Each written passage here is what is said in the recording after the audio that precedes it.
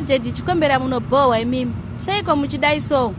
Zvinobohwa hapa. Ana baby miraikani seiko muruda kundikanganisa imimi.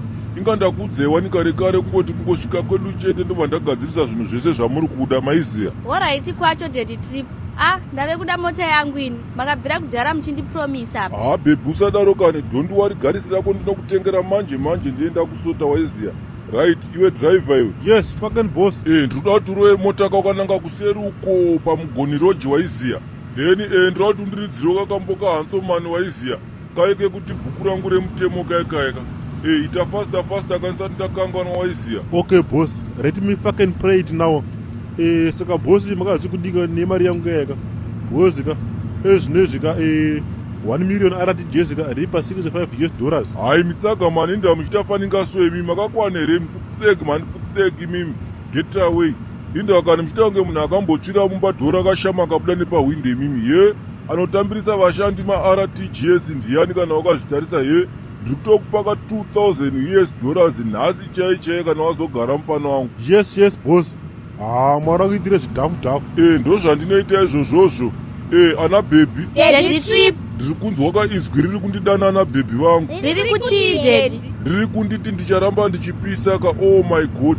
Ndiri kupisa na baby vangu zvekuti ndichazopera izvo. Ratoo drama iri. Shuwa here daddy trip. Ndinokudai mufunge. Neniwo ndokudai daddy trip. Inini magara munozviziya daddy trip kuti ndokudai. Handiti ndini vahosi here pano. Yesaya ndokuti ndioneka rugare rwemapostori tichibuda tikagara tobhema ndokuti ndioneka. Okay, regedza timboodhaka chikafu chatichadya kana tichinge tasvika kurodhi kwatiri kuenda ka. Iwe driver ndatitsika chekudhoha haikona kuda kundigumbura iwewe. Ingawani ndati ndiri kunzwa izwi. Sorry boss, kungoti katiro ndotoenda tuno muZimbabwe kwati takarohwa neguri erosion ka. Saka rikandiwedzere speed tiendi. Iwe shut up mani wetsaga. Okay. Hello. Ndimai George rawo. Ndini ka triple C. Ndoda kuti mundiitire ka order yechikafu changu ine nevakadzi vangu kasaka ndoda 4 tsuro dziri full maiziya. Muhamandisiro kati magakatumbishi tukacheka tuma ringi maiziya. Ndafunga American Gurashi chaiyo.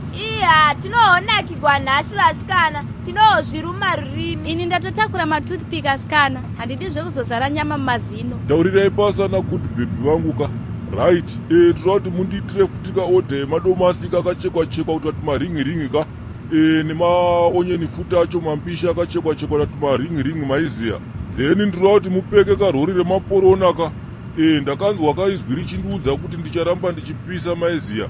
Right, ndinofunga kuti ndizvozvo kamai bye. Dedimi madosvirira driver makaro. Hamuna kundovaodhera chikafu. Okay, driver wangu munomisira tu majagi emvura kainoti dziyei pasaidi maiziya. Munenge maita basa bye amai. Ini ndiri kuita kunzwa kunonzi kufara mana. Ndikafunga makore ese ndagara nechiingiri bhedhi chiye mai mwana. Ndaiwesta time. Kuzongororwa kwandikaitwa nadaddy trip chete. Ndakutorarawo mumaroji imomo masikana. Hede. Zvanaingiri bhedhi baby kudhara kwaiziya.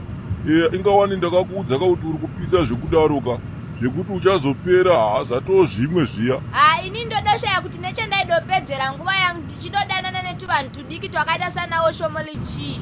Iye zvino asikana zvinhu zvese zvave kufamba negwara. Ndikadofunga nandos ndodotengegwa, ndikadofunga chicken slice ndodotengegwa. Aiwanda hogarika ini. Ende ndangofarira kuti daddy trip vanogona kubhalansisa barika redu ino. Havasarudzi, vanotienzanisa tese zvakafanana.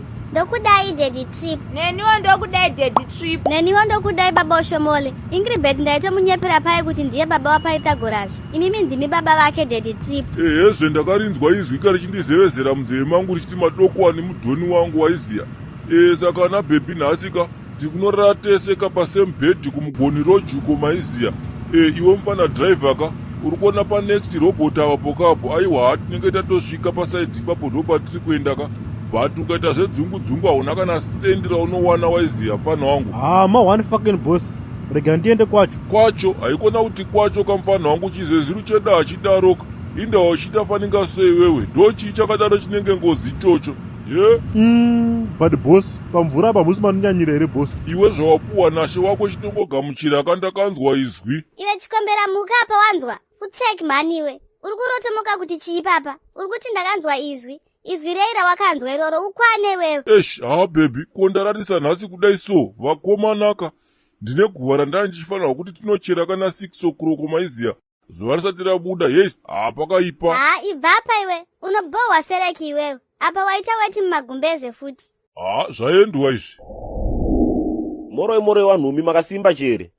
Ndauwe, wariseko wapwereona imo wanhumi. Aiwa inotiriyo isu, tondoitawo mutowa wena. Kumwe kunyoro, kumwe kukukutu, kumwe kunobungiwa huni, kumwe kunogumiwa urimbo. Hodosi, kumwe kuchena, kumwe kutema, asi chadosa chibodzi. Kurisewo kumabasa yona wanhumi. Kwedu unoti kundochema sapoti yenyu wanhumi. Ndikukumbiritsa wanhumi, mpote mchisheka mumavidhiyo edu aoniwo vanhu vakawanditsa. Saka kana mchindiditsa semadira ndinokuita naye wanhumi, ndokumbira kamunai kuti vhidhiyo yese yomunenge maona mosheya kamunai. Maadvetiyo, ndokumbira musajambeba maadveti warungu. Ndoipo ndinochikombera tinoboya mari yokotengera zukuru tinonaka. Kana muri yokuYouTube kwawanhumi, ndokumbiritsa musubscribe kamu tite wazhinji, tite kana miliyoni. Takawanda tizobeba mafurogo wanhu kumaarea awo.